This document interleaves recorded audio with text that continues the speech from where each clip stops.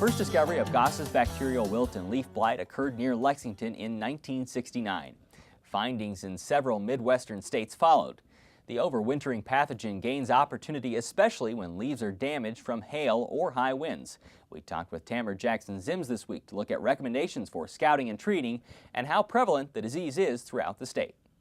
Well, we're seeing Goss's wilt statewide across Nebraska from east to west, mainly in the southern counties, but it is worse this year in that we are seeing more systemic wilt, Goss's wilt, and especially in that southwest part of the state. In the fields you're finding it, is it widespread within those fields? In those fields, it's typically in the susceptible corn, popcorn and other susceptible hybrids, and so it's spotty. It's not in all fields, of course, just spotty in areas. So how's the recommendation differ than depending on if you have a high-risk field?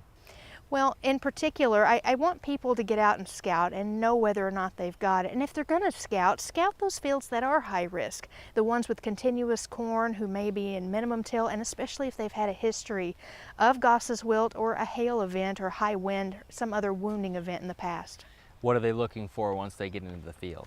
Well, in particular, I want to make sure people are looking for a couple of diagnostic characteristics.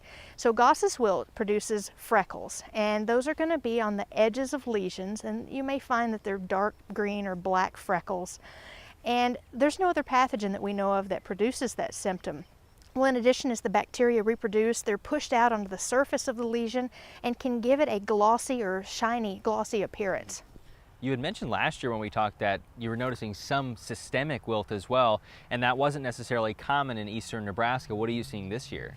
Well, this year we're seeing even more of the systemic wilt, and that's bad news because I want people to know that even a good resistant hybrid is not resistant against the systemic wilt. And so these hybrids that become wounded early on by V4 or V5, those are the ones that could develop systemic disease and die before they ever have an ear. And to notice that damage, you're just breaking open a stalk to look at it? Yeah, that's one way. Or they may notice that plants are generally wilting down and may have some lesions on the leaves. And when they do cut open the stalk, they may see evidence of decay and movement.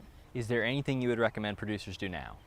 Well, at this point, there's not a lot that they can do if they have already found Goss's wilt. Some people have chosen to try bactericides that can be labeled for corn. Those products will not behave like the systemic fungicides that they may be used to. Most of the products that are bactericides are contact or preventive product and do a better job before infection takes place. But it's probably best just to look for something next season? Absolutely, and they can plan for next season, and using resistant hybrids and crop rotation, they can do a much better job of preventing the disease in the future. As far as gray leaf spot, as we switch topics here, anything to keep in mind as you start to look for that?